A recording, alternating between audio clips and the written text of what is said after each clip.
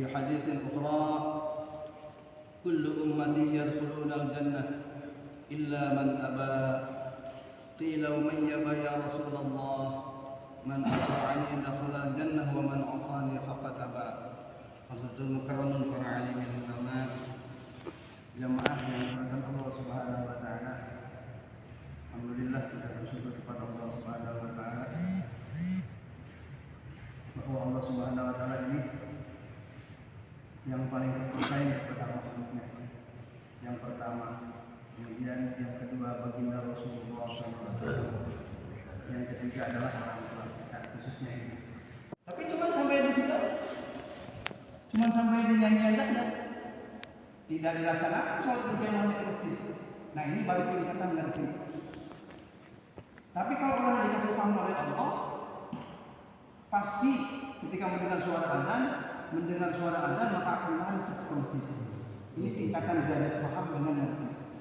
Maka alhamdulillah, mudah-mudahan kita tergolong kepada orang-orang yang mayyidillah khairan yufaqihu fiddin. Amin. Amin. Ini masalah. Untuk menuju ke tingkat arah ini maka kita perlu iman. Perlu iman. Hadirin yang Rasulullah Ta'ala dalam satu hadis Rasulullah mengatakan,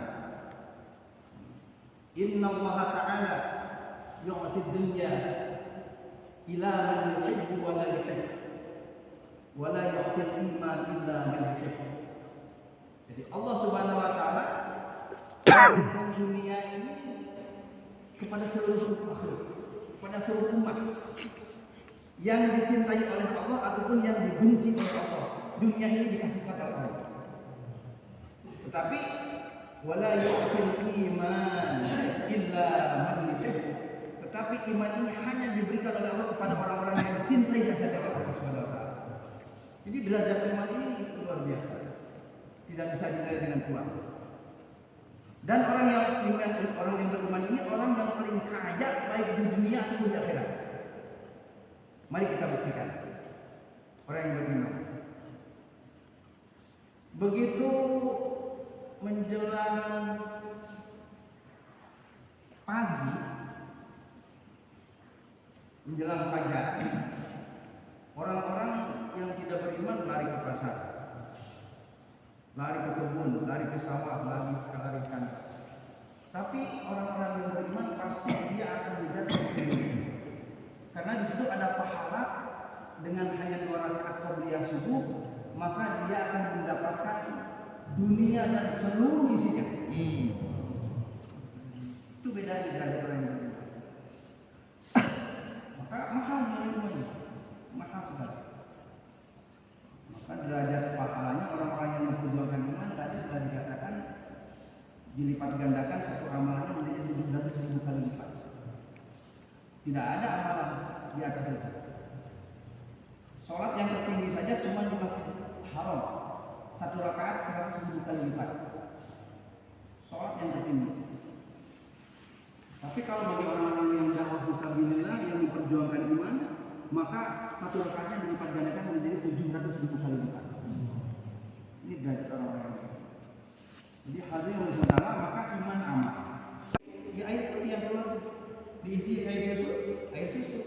Kalau hari-hari bicara masalah duit, maka dari mulut itu tidak akan duit. Yang dikhawatirkan nanti pas akan maut bukan Allah tapi Duit. Nauzubillah min dzalik. Kata ulama, barang siapa bangun tidur kemudian langsung begitu ingat kepada pekerjaan dan saat itu meninggal dunia, maka mati dalam keadaan su'ul khatimah. Nauzubillah min dzalik.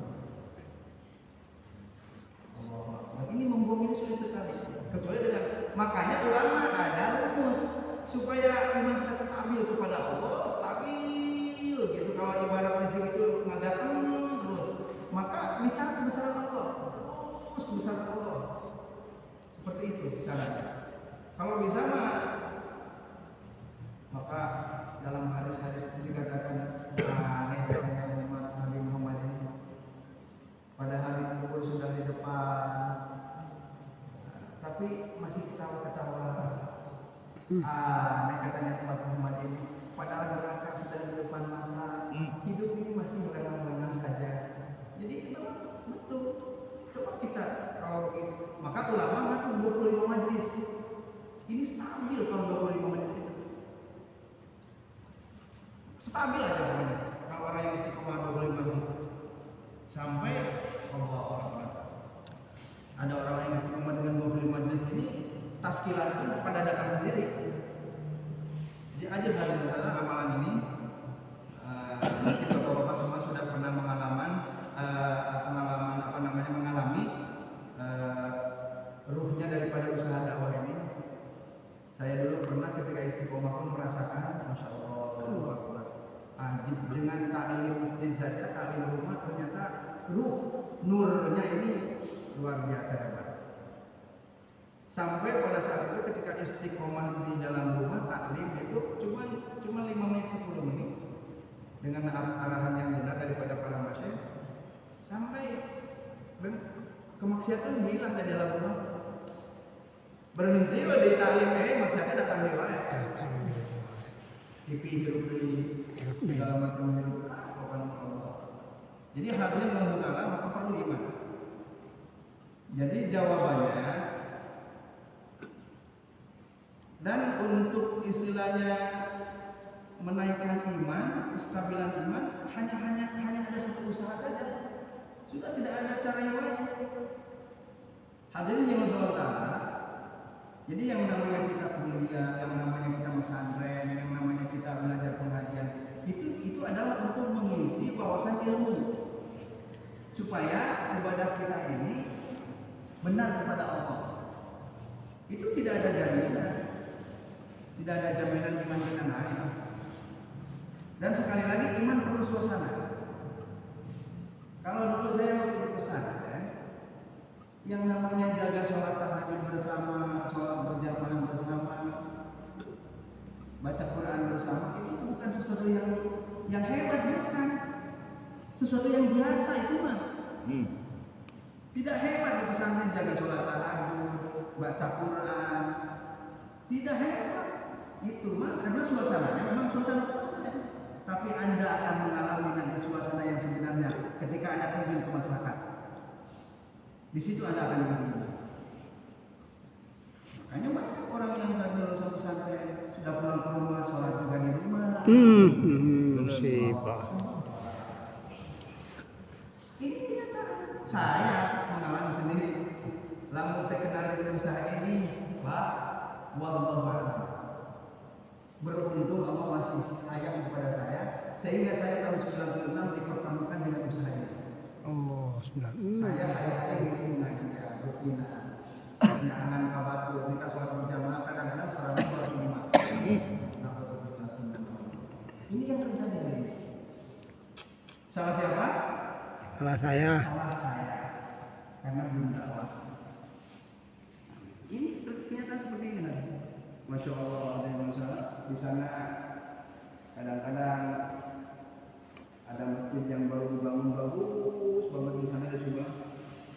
Allahu Akbar. Gitu. Saya suka ikut di sana sholat.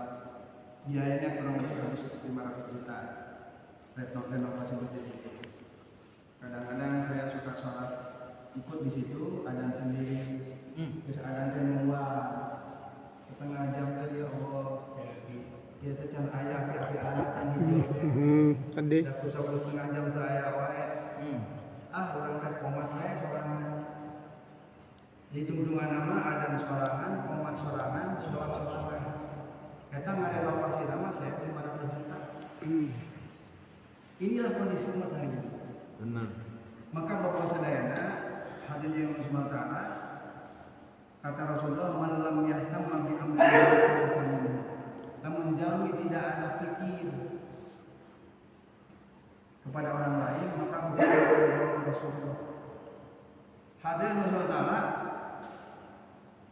Allahu Akbar. Dulu ketika zaman Nabi Musa alaihissalam, ada orang yang ahli ibadah, tidak pernah maksiat sedikit pun kepada Allah Subhanahu wa taala.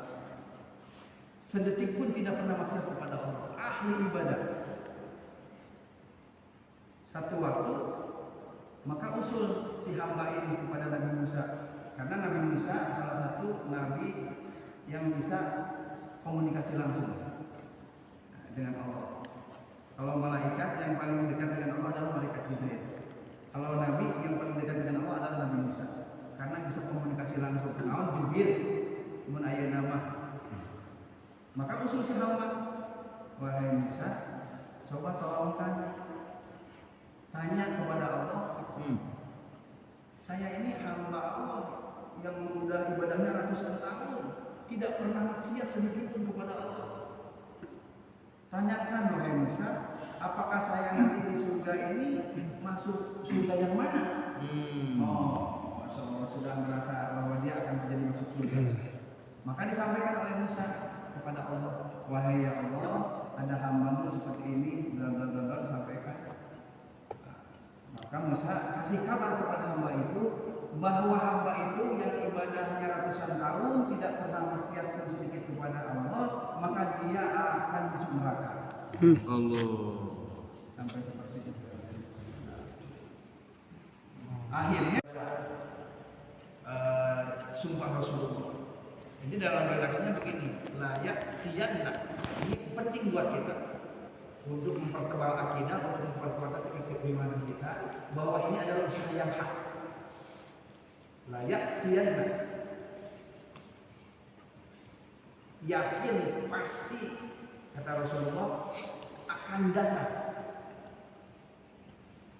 Alanas nanti satu waktu kepada manusia. Zamanun satu waktu. Sumpah demi Allah kata Rasulullah pasti akan datang nanti satu saat kepada manusia. Ini redaksinya dalam hadis itu seperti ini. La yaslamu bidzikri.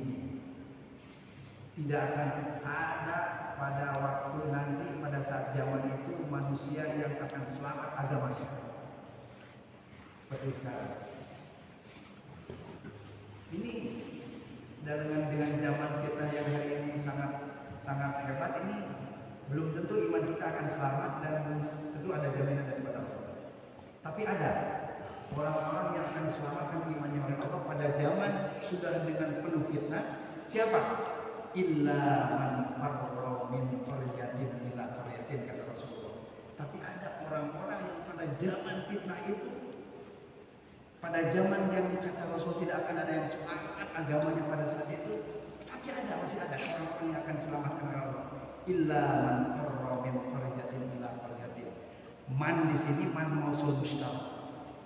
Wa man wa ma wa al-tusawi ma dzikir wa hakadha inda tayyib.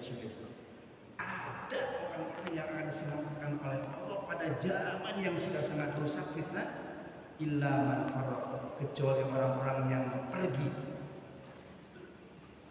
membawa agama min qaryatin ila qaryatin, dari satu desa ke desa yang lain.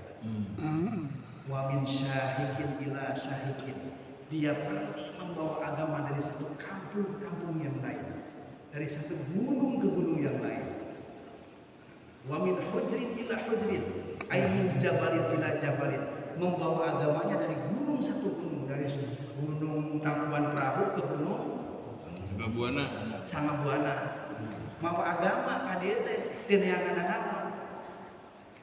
Itu kata Rasulullah dalam redaksi hadis. Silakan santri dibuka dalam kitab Wasatul Mustafa. Ini luar biasa. Buat kekuatan akidah kita, buat kekuatan wawasan keilmuan kita supaya kita semakin teguh. Kan ada ilmu berdasarkan dalil mah orang teh mau kaombang-ambing. Rek terjadi ikhtilaf, terjadi naon teguh dan orang yakin. Orang mah ada ulama. Bahkan ketika waktu itu pun saya cukup bertanya kepada seorang ulama, selesai. Ustaz, kalau saya bingung dalam urusan ini, cari di mana ijma ulama, maka duduklah di situ. Alhamdulillah, surah Al ini pusatnya para ulama. Jadi dari mulai bawah sampai ke atas. Hadirin yang bersaudara, maka penting istiqomah, kita istiqomah pada Allah supaya kita istiqomahkan. Usaha ini usaha yang sangat mulia. Allahu Akbar. Kalau kita melihat dari latar belakang saya, bukan orang turunan dan dari ulama, bukan turunan dari ustaz, bukan turunan, ya orang-orang nggak benar lah saya tadinya. Tapi Allah perkenalkan dengan usaha ini, Allahu Akbar, usaha para nabi. usaha yang suci yang diberikan oleh Allah kepada para anbiya. Diturunkan kepada para sahabat, para tabiin, atba tabiin. Sampai Uwais Qarni ini sudah dikabarkan oleh Rasulullah, padahal Uwais Qarni ini adalah tabiin, tapi sudah dikabarkan oleh Rasulullah. Saking hebatnya usaha ini. Maka kita bersyukur, Pak. Banyak para nabi-nabi Allah, Nabi Ibrahim, Nabi Isa, Nabi Musa ingin dijadikan nabi yang terakhir. Meminta kepada Allah. Nabi Ibrahim sampai begini, waj'al li lisana sidqin fil akhirin. Jadikan ya Allah, kalau saja aku tidak jadi nabi yang terakhir, jadikan saja aku jadi buah bibir di umat-umat yang terakhir. Diabadikan dalam Al-Qur'an. Sehingga Nabi Ibrahim ketika sholat disebut-sebut, Allahumma sholli ala sayyidina Muhammad wa ala ali sayyidina Muhammad kama shallaita ala sayyidina Ibrahim wa ala sampai ila yaumil qiyamah. Nama Nabi Ibrahim diabadikan oleh Allah dalam Al-Qur'an. Ini gara-gara Nabi Ibrahim ingin minta kepada Allah menjadi nabi yang terakhir. Nabi Musa pun demikian, Nabi Isa pun demikian. Nabi Isa tidak dikabul oleh Allah menjadi nabi yang terakhir, tapi dikabulnya oleh Allah menjadi umat Nabi Muhammad di akhir zaman. Maka nanti Isa akan turun ke bumi dalam posisi menjadi umat Nabi baginda Rasulullah Sallallahu alaihi wasallam. Hadirin yang berbahagia, maka ini luar biasa usaha ini. Jadi jangan ragu dan harapkan kalau saya melihat pergerakan umat Islam yang sudah menyeluruh kepada seluruh dunia, ya pergerakan dakwah. Karena kita tidak membawa satu bendera, tidak membawa satu ya organisasi. Ormas. Sering banyak bertanya kepada siapa katanya yang membiayai jamaah tabligh, enggak ada. Maka Yahudi pun pernah meneliti katanya.